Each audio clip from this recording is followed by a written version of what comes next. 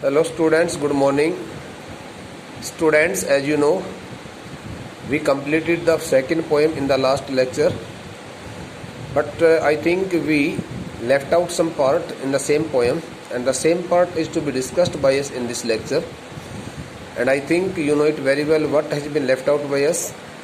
Dear students, we have not learnt about the poetic devices as used by the poet in this poem. So let's start learning about the poetic devices, figures of speech. As we notice here in different lines, in different stanzas. Okay. So this is also very important topic. Bete, you know it very well that you may find some question relating to the poetic device or figure of speech, and in case if you don't know the meaning of the words and the poetic name of the poetic device as included in the same expression or the phrase, so it would be very impossible for you to get any mark in that case. So dear student, that's why I tell you here that we should learn about the poetic devices getting help of this textbook. Okay, so here as you can see here, for in the first line, these the two words as you can see here are written here. So these two words, so here these two words represent here or include here. These two words as written by the poet in the beginning of the first poetic verse line represent here the poetic device repetition. And also these two words as you can see here start with the same letter F and give the same letter gives its same sound. So here we find also the word alliteration. So two poetic devices are seen here in the first two words as written by the poet, okay, in the first line. So I would like to write here the name of the poetic device and then in written form. Okay, 1 minute. I would like to write here the names of the poetic device.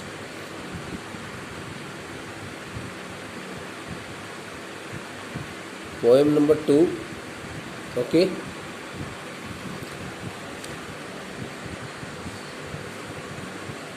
Important poetic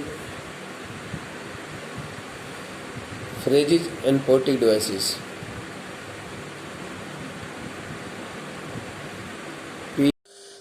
Poetic devices, POETIC, poetic devices, DEVICES. Okay, used in stanza number first, STANZA, stanza number first. Okay, stanza wise details of poetic devices. So now I write here first of all I would like to write here with a serial number, then NATURE, nature of phrase, PHRASE, phrase, oblique expression, EXPRESSION. okay, nature of phrase oblique expression, and the word poetic device, POETICDEVICE, name of poetic device. Okay, first of all we take here the first two words for, okay, FAR, for. In these two words we find here different two poetic devices. The first one is here, okay, the name of the first one is here alliteration, and the second poetic device as we can see here in these two words in the beginning of the first poetic line is here repetition. Okay, bete.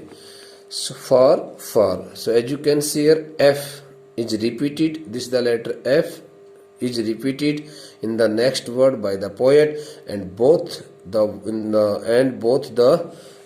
words, okay, start with the same consonant, and the same consonants give their meanings, give their sound, okay, the same when we pronounce them. Okay, now the second. So I, getting help of the textbook, would like to tell you here what kinds of word. Gusty waves. The word gusty waves, Gusty, gusty waves. Here is a confusion, but I think we should have no confusion here. So this, the gusty waves also carries two poetic devices. The first one is here, gusty waves personification,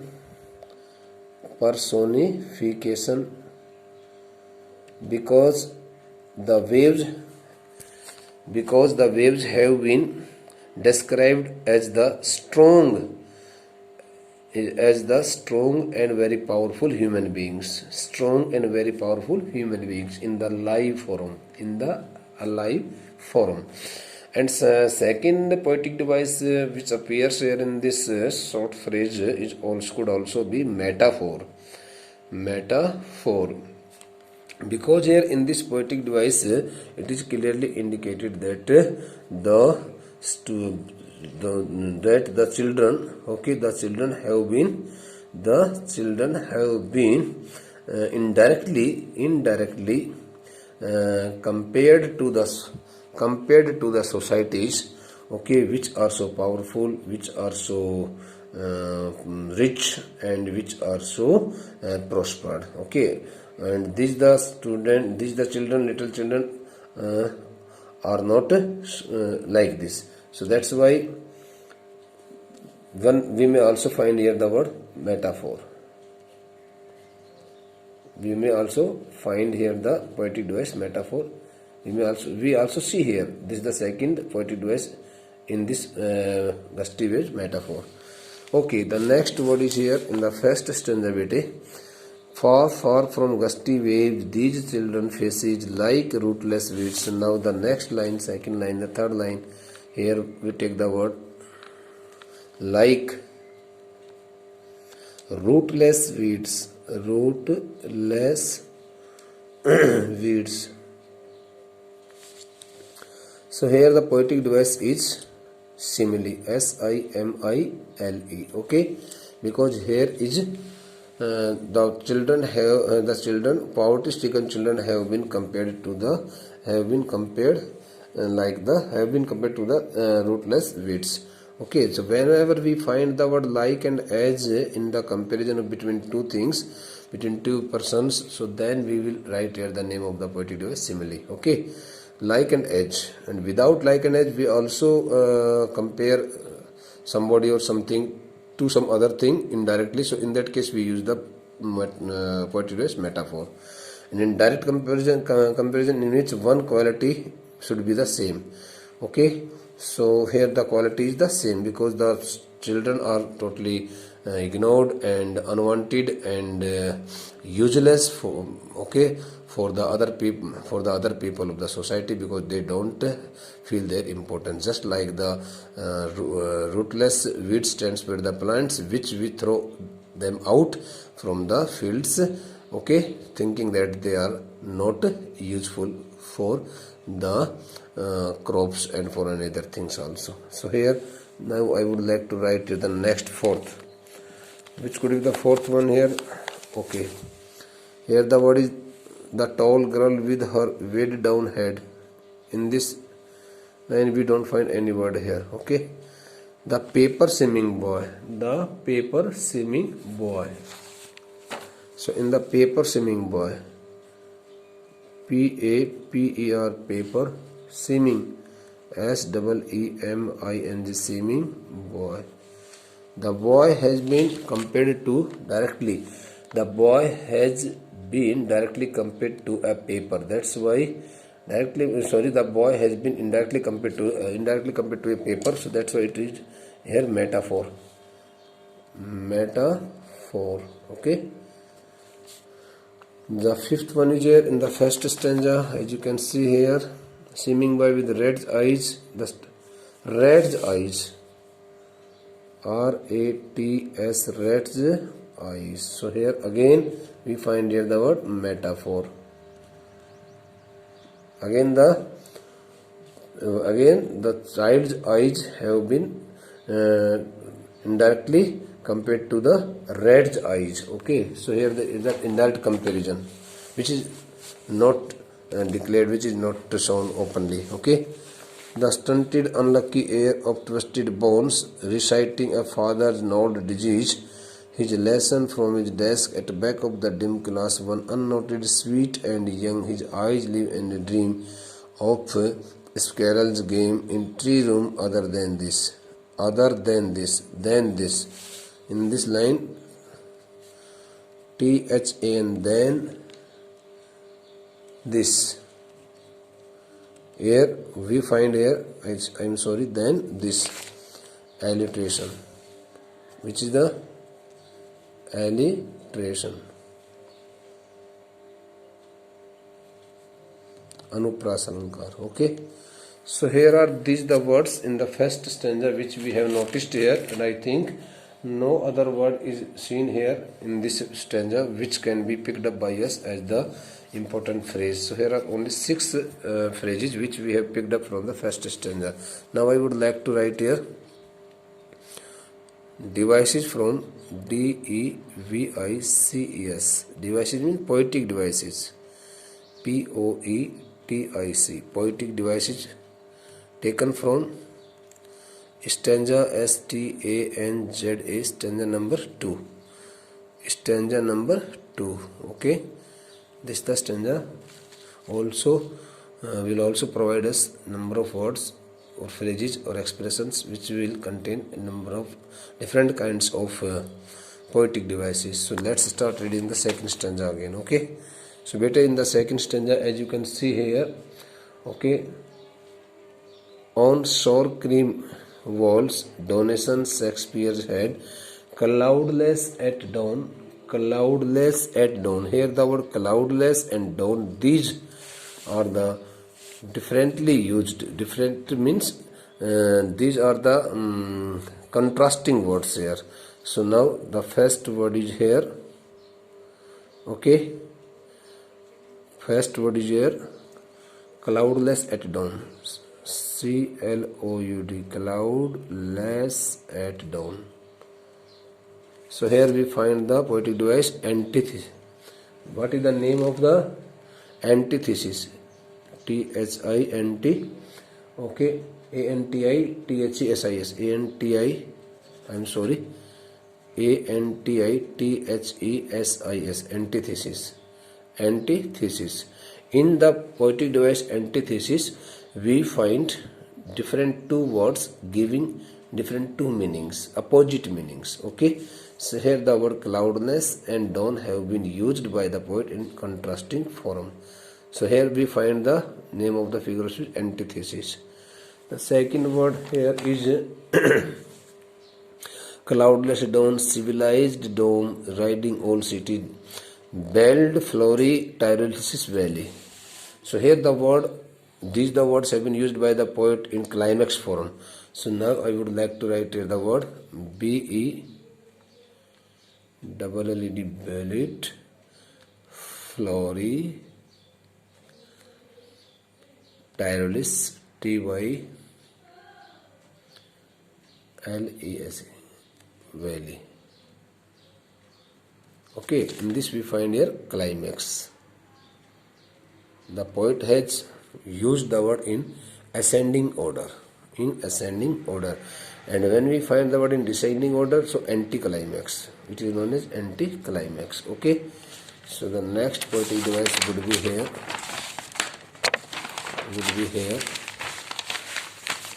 I would like to write the name of the next poetic device for you. The word as taken by us here. Open-handed map, awarding the world its world. Awarding the world its world. So here in this line we can also find the word climax. Okay, climax. And yet for this, but I think we should not take it, na. I am a bit confused. I would like to tell you here. Awarding the world its world, definitely climax. It is also the part of climax. Okay, awarding the world its world. So what it could be? Third. It is the third.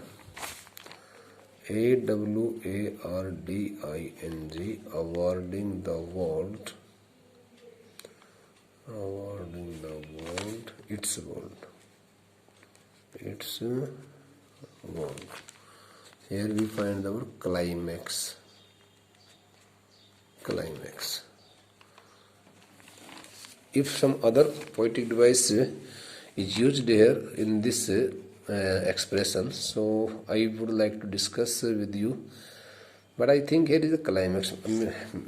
Because I am not confused here, I am fully sure of it that the climax has been used there in this line by the poet here, because the poet has been using the line only for the people of the rich societies who always divide the world with their dictatorship, on the part of their dictatorship, and humiliating and exploiting the poverty-stricken people and downtrodden also. Okay, bete.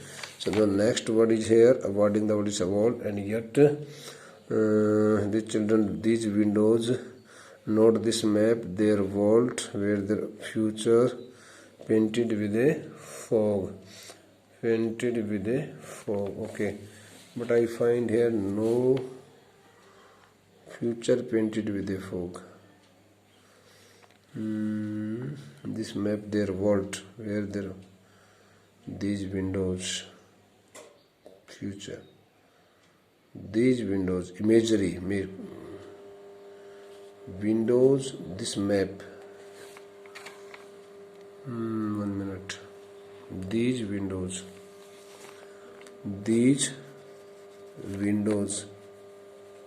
better these windows, in this short phrase we find here imagery. Okay, and the next word is here, a narrow street sealed. Street sealed. Street and sealed, both words are written here. STREET, street, SEALED, sealed. So here what we see? Alliteration. TERATION, alliteration. Okay, in with the lead sky. In with the lead sky. Narrow street. Narrow street also refers to here the word metaphor. A narrow street. Narrow street. It stands for here metaphor. Metaphor. PHOR. Okay. And in the next, and surely Shakespeare. But it is the next. Okay, reverse. Reverse cape starts of word climax. The last line is here. Reverse capes and stars of words. Reverse capes and stars of words. This is the seventh. Reverse capes and STAR, stars of words. Here we find the which find the here climax. What is this one here? Climax. CLIMAX. Okay. Now taken from the stanza number 3. Poetic devices, POETIC, poetic devices, DEVICES, devices, taken from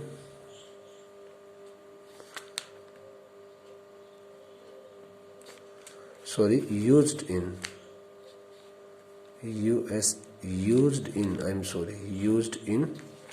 stanza STANZ, stanza number 3. Used in stanza number 3. Okay, bete.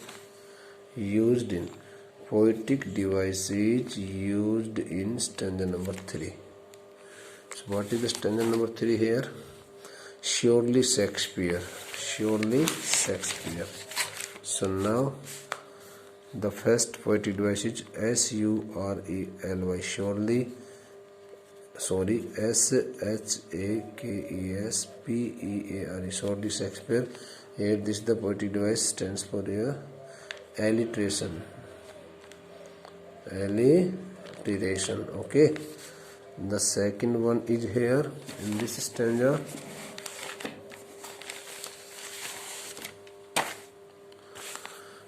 Surely Shakespeare is weak, bad example with ships and sun and love. Ships and sun and love tempting them to steal. Here the word climax. Ships and sun and love. In the line, ships and sun, ships and sun and love. Ships and sun and love in ascending order. Okay, climax. Number third line, in 4 lives that slyly turn into cramped holes. Okay, 1 minute. 4 lives that slyly turn in their cramped holes, where skins peeped from fog to endless night. Fog to endless night, alliteration. Fog to endless night, fog, from fog to endless night. No? Alliteration. From fog to endless night. Endless night. Here we see here which one? Alliteration. Okay. And in the same stanza we also find here the word. Okay, where skins peep through the children by bones with mended grass like bottle beads. So here fourth one is here like bottle beads. Here is simile. Okay, and the next and the last word is here, I think. So all the time and space are foggy. Slums so blot their maps with slums as big as doom. Blot their maps.